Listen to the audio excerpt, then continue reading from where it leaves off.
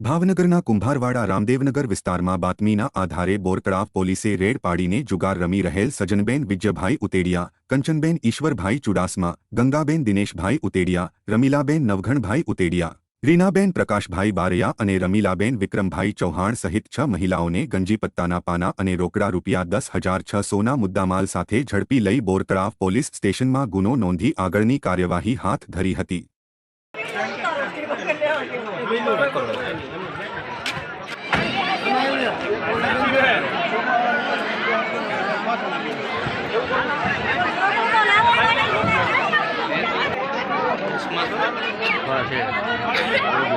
બીજું ફેરી આવ્યું છે તો